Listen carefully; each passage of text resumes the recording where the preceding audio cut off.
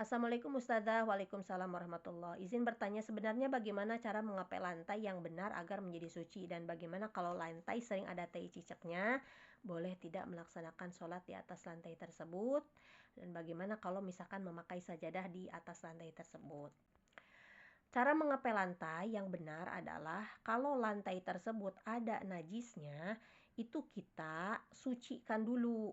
Kalau ada tai cicaknya, maka tai cicaknya kita hilangkan dulu ainnya sampai hilang rupanya, hilang aromanya, hilang rasanya. Intinya sampai hilang deh si tai cicaknya.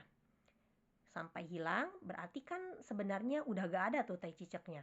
Hanya ada bekasnya. Nah, bekasnya ini sebenarnya gak ada bekas hitam ya. Kalau masih ada hitam-hitam dari titik tai cicaknya berarti masih najis ainiyah. Secara tampilan ya gak ada tai cicaknya karena udah dibuang. Tapi ingat, bekas tadi tai cicak itu hukumnya najis hukmiyah ya. Jadi masih najis, cuma najisnya najis hukmiyah. Dan cara mensucikan najis hukmiyah cukup dialirkan air ke atas bekas tadi ya, bekas si tai cicak tadi ya, ke area najis hukmiyahnya. Setutup botol aja cukup ya, karena biasanya tai cicak kan kecil ya, berarti kan bekasnya otomatis juga kecil. Maka alirkan ke area tersebut. Nanti air yang menggenang bekas mensucikan itu hukumnya suci tapi tidak mensucikan, dan biasa disebut dengan air mustamal. Jadi tenang nih, keinjak juga gak apa-apa, kan hukumnya air suci bukan air mutanajis. Nah, ini udah suci nih, tinggal kita pel aja seperti biasa.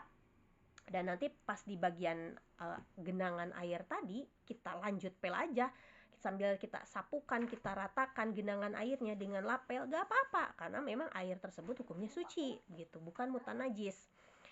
Nah, yang salah itu cara mengepel kalau ada tai cicak, jelas-jelas ada tai cicak, gak dihilangkan dulu, gak disucikan dulu. Misal ada tai cicak, langsung aja gitu dipel.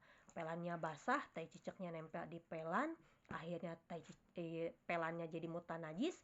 Si pelan yang mutanajis ini akhirnya dipakai mengapel seluruh ruangan, akhirnya seluruh ruangan lantainya jadi mutanajis. Nah, bagaimana kalau sudah terlanjur nih, kalau ngepel tuh salah ya, seperti cara yang kedua, sehingga semua lantai jadi mutanajis. Boleh gak sholat di atas lantai mutanajis tersebut? Jawabannya boleh kalau pakai sajadah. Kalau pakai alasnya mau pakai sajadah kayak mau pakai apa kayak, yang penting alasnya suci gitu. Dan si lantainya sudah kering. Ketika lantainya kering, sajadahnya itu kering, maka otomatis tidak bisa ya si najisnya ini berpindah.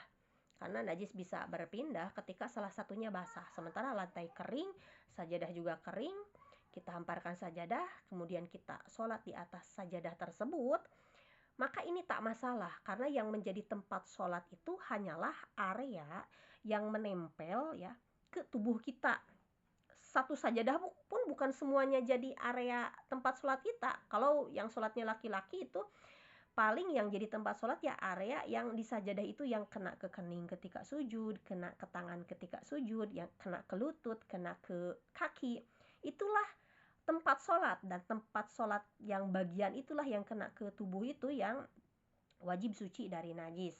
Kalau perempuan ya, karena pakai mukena, berarti mukena itu biasanya lebar ya, harus suci bagian yang terkena oleh tubuh kita dan apa yang kita pakai, yakni mukena kita. Karena yang kena ke tubuh dan yang kena ke mukena kita itu berarti tempat sholat kita. Artinya usahakan si mukenanya ini ya itu hanya berada di area sajadah saja. Jangan sampai mukenanya bleber sampai ke pinggir, ke lantai yang tidak tertutupi oleh sajadah. Karena ketika mukenanya sampai ke bagian lantai yang tidak tertutupi sajadah, berarti kan si bagian lantai tersebut termasuk tempat sholat kita ya. Itu.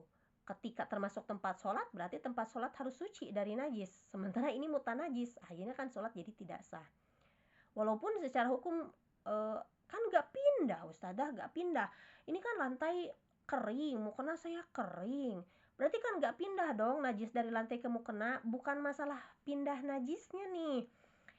Ini si lantainya itu karena terkena oleh mukena, itu berarti termasuk tempat sholat. Sementara tempat sholat itu harus suci dari najis gitu.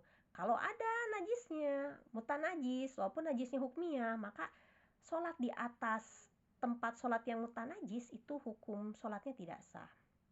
Nah, jadi jaga mukena itu harus tetap di area yang suci, artinya di sajadah gitu. Kalau misalkan pakai karpet lebih aman ya karena lebih lebar. Pokoknya jangan sampai badan kita atau apa yang kita pakai ya mukena kita mengenai bagian yang ada najis hukmiyahnya tersebut gitu. Bagaimana kalau misalkan sholatnya gak pakai sajadah, langsung di lantai yang najis hukmiyah, sah gak? Ya jelas tidak sah. Karena yakin kita sholat di tempat yang ada najisnya, najis hukmiyahnya. Sementara dalam sholat disyaratkan badan, pakaian, tempat sholat itu harus suci dari najis gitu ya. Semoga penjelasannya bermanfaat dan mudah difahami.